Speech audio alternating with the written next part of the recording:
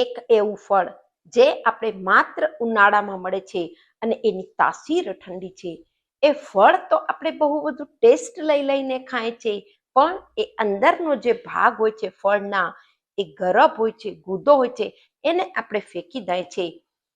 આજથી જ યદિ તમે એ ફળ દરરોજ ખાતા હશો, અંદરનો ગુદો ગરબ વાળો ભાગ ફેંકજો નહીં, અને એને યદિ તમે સહી તરીકાથી ઉપયોગ કરી લેશો, તમારા શરીરમાં એટલી બધું શીતળતા, ઠંડક એ આપશે.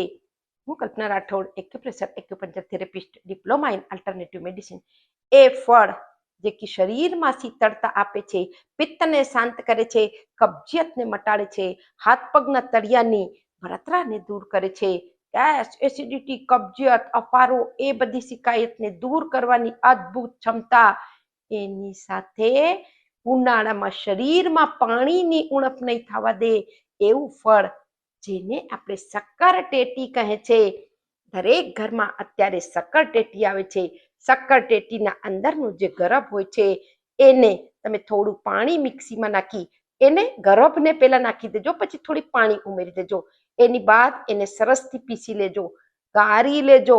હવે એની અંદર 1 ચમચી તમને મિશ્રી નાખી દેવી છે, અને 2 ચપટી તમે સેંધવ મીઠું, થોડું કાળું મીઠું, ટેસ્ટ વધારવા માટે થોડો ચાટ મસાલો ઉમેરી, અને પછી આને ગાળીને તમે આ શરબત, જે ઠંડુ ડ્રિંક તમારા સારું તૈયાર થશે, તમે એને પીને જો, પેટમાં કેટલી ઠંડક લાગશે, સાથે ટેસ્ટી પણ બનશે.